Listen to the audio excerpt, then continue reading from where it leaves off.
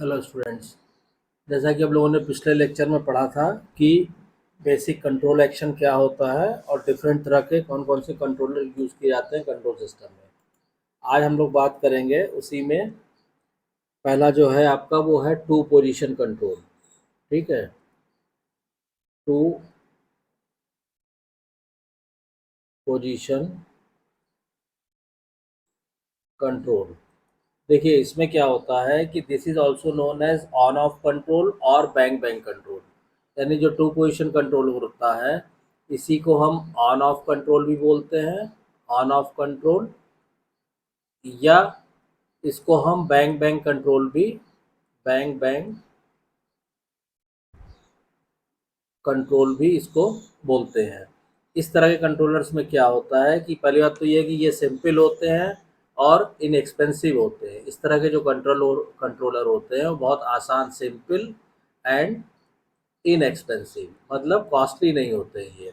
ठीक है, तो इसीलिए इस तरह के कंट्रोलर का जो यूज़ किया जाता है वो जनरली यूज़ किया जाता है डोमेस्टिक अप्लाइंसेस में।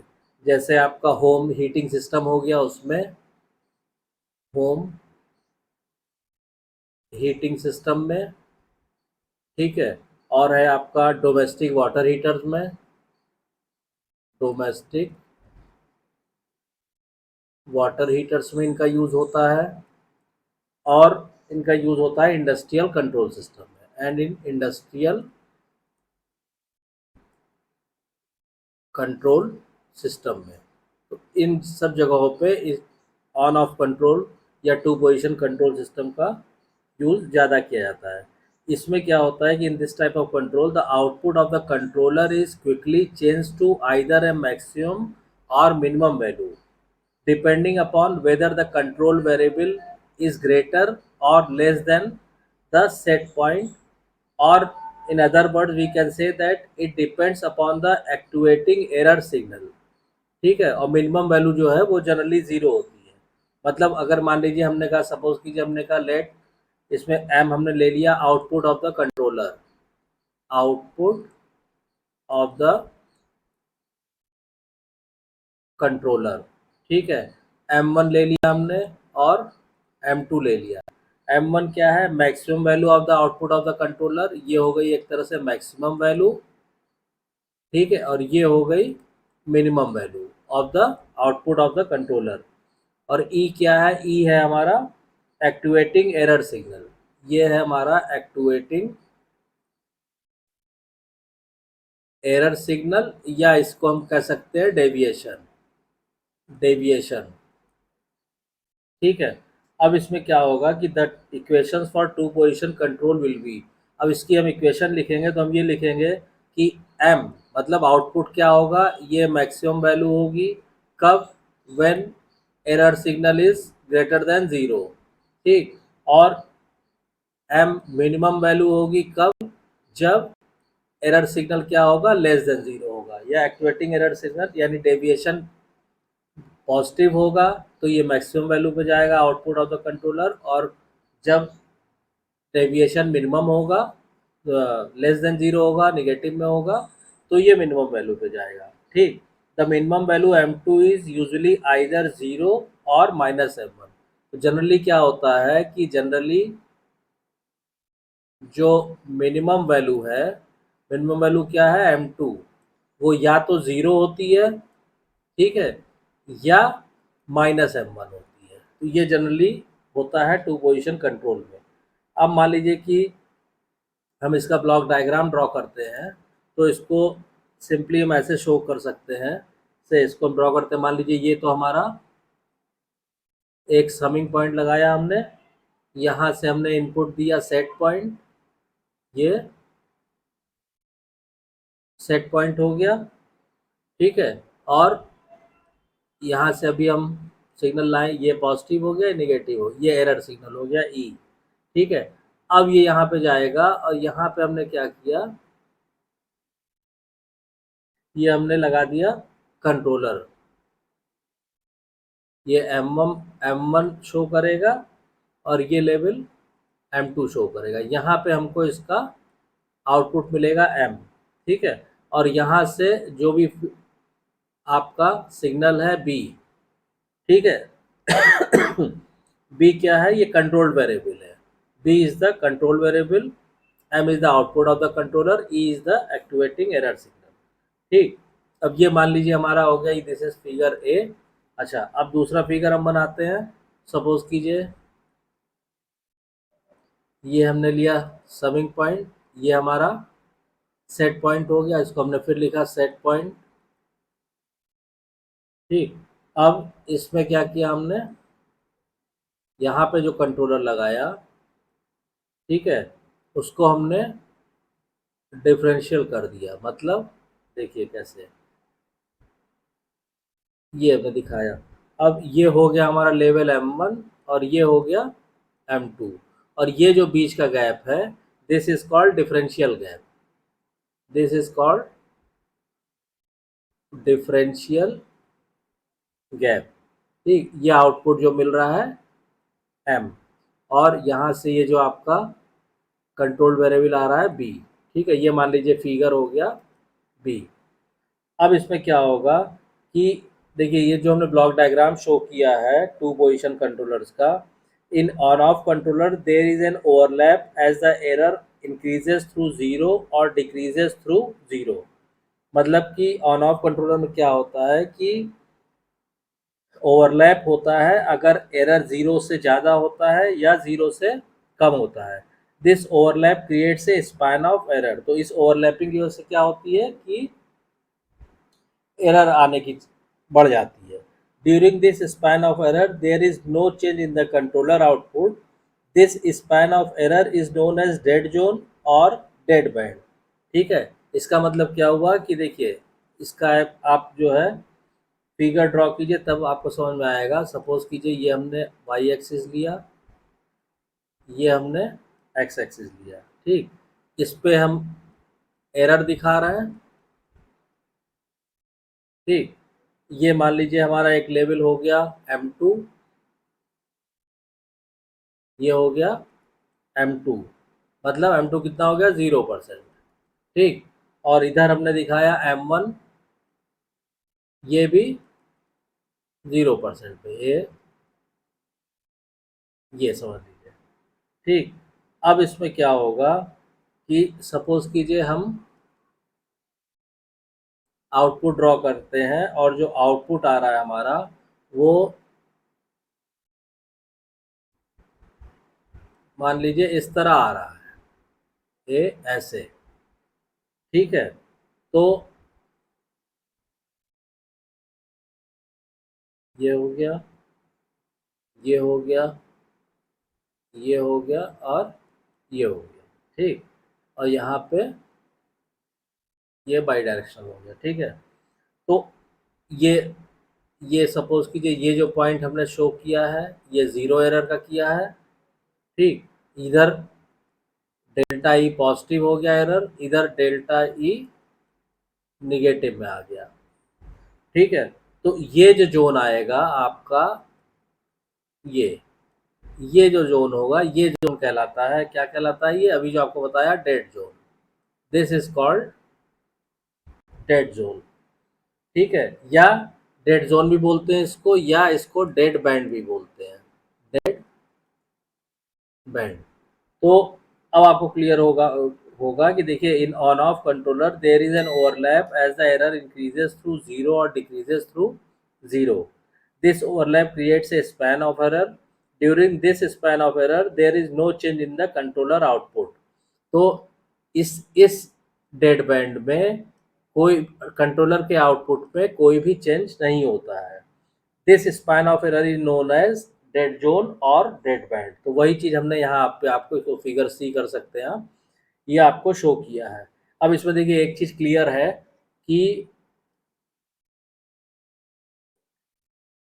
that till the error changes by delta e there is no change in the controller output। जब तक ये डेल्टा ई तक है तब तक, इस पॉइंट तक there is no change in the controller output. Similarly while decreasing the error, ऐसे यानी कि इधर आप आ जाइए तो इस पॉइंट तक कंट्रोलर के आउटपुट में कोई चेंज नहीं है। ठीक है, decreasing the must decrease beyond delta E below zero to change the controller output. Hence during 2 delta E, मतलब यहाँ से आप यहाँ तक का पूरा आप वैल्यू लेंगे तो 0 से माइनस माइनस का डेल्टा ई और 0 से प्लस का डेल्टा ई, तो टोटल डिफरेंस कितना हो जाएगा 2 डेल्टा ई। ठीक है, तो इस दौरान during 2 delta E there is no change in the controller output, यानी 2 डेल्टा ई के दौरान कंट्रोलर के आउटपुट में कोई चेंज, नो चेंज, कोई चेंज नहीं होगा कंट्रोलर के आउटपुट में। This zone is known as differential gap. ठीक है, तो ये जो जोन है आपका, ये जो 2 डेल्टा ई है, ये क्या कहलाता है, ये कहलाता है differential gap. This zone is called differential gap. तो डिफरेंशियल गैप को दूसरे ढंग से हम ये भी डिफाइन कर सकते हैं कि ये वो रेंज है through which the activating error signal must move before the switching occurs.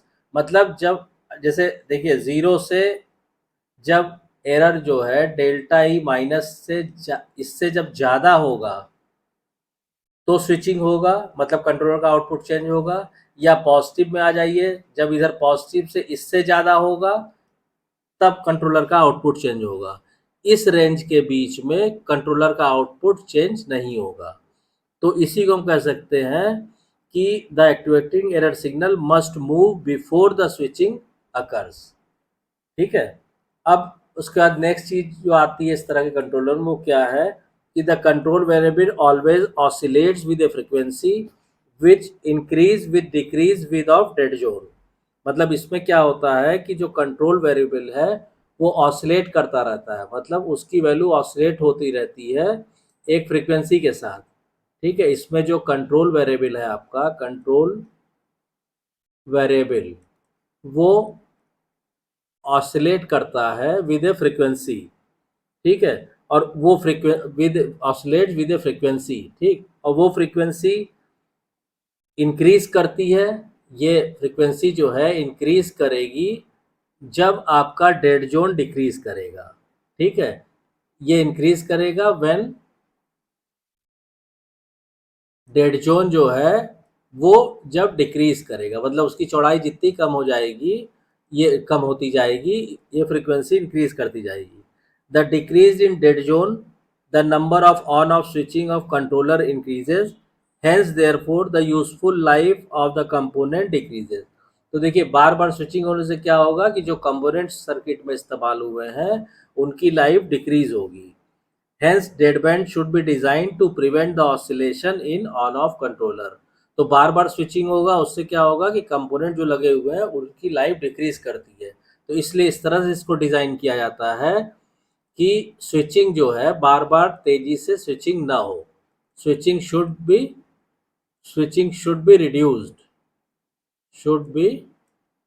Reduced, इस तरह इसको डिज़ाइन किया जाता है। ठीक, अब टू पोजीशन कंट्रोल कहाँ पे यूज हो सकते हैं, ये आपको मैंने अभी बताया था। जैसे डोमेस्टिक अप्लाइंसेस हो गए, जैसे आपका एयर कंडीशनर हो गया, एसी हो गया, ठीक है, हीटर हो गए, लिक्विड लेवल हो गया, liquid level control, liquid level control इन जो बड़ी पानी की टंकियां होती, large volume control, large volume tanks, जो बड़ी पानी की टंकियां वगैरह होती हैं उसमें लिक्विड लेवल को भी कंट्रोल करने में टॉप पोजीशन कंट्रोलर का यूज किया जाता है। ठीक है, अब जैसे एग्जाम्पल की हम बात करें, तो जैसे फॉर एग्जाम्पल अगर हम बात करें तो example of this type of controller is room heater. Room heater, उसमें क्या होता है कि अगर मान लीजिए इसका हम ड्रॉ करें ब्लॉक डायग्राम रूम हीटर का, तो सपोज कीजिए ये आपका समिंग पॉइंट हो गया, ये हो गया हमारा सेट पॉइंट। यहाँ से क्या होगा, यहाँ से एरर सिग्नल आएगा। एरर सिग्नल किस में जाएगा, यहाँ पे हमने लगा दिया एक रिले, यहाँ पे हमने इंट्रोड्यूस कर दिया एक रिले। अब ये हो गया रिले का आउटपुट। यहाँ हमने दो स्विच लगा दिए S1 और S2। ठीक, ये हो गया सप्लाई। ठीक है, फिर इसको हमने कनेक्ट कर दिया यहाँ पे किससे, हीटर से। ये कनेक्ट हो गया यहाँ पे हीटर से, और हीटर से ये हमें जो भी है वो आउटपुट मिल रहा है, और आउटपुट ये हो गया रूम टेम्परेचर, रूम टेम्परेचर, ठीक। और यहाँ से आउटपुट लिया हमने, और यहाँ से इसको फीडबैक में इनपुट कर दिया। तो देखिए ये एक तरह से ब्लॉक डायग्राम हो गया एक रूम हीटर का। अब इसमें समझिए क्या होता है कि इस फिगर में द कंट्रोलिंग ऑफ टेम्प, इसमें क्या कर रहा है, ये हीटर जो आउटपुट दे रहा है उसके आउटपुट को, हीटर के आउटपुट को हम कंट्रोल कर रहे हैं। कैसे? If the temperature drops below the set point, मतलब ये जो आउटपुट टेम्परेचर यहाँ पे आया, यहाँ पे ये और ये कंपेयर होंगे। कंपेयर होने के बाद क्या होगा कि मान लीजिए जो हीटर का टेम्परेचर है वो सेट पॉइंट से कम हो गया, सेट पॉइंट से कम हो जाएगा तो एरर सिग्नल प्रोड्यूस होगा यहाँ पे, ठीक। An error signal is produced by the error detector, this error signal energize the relay.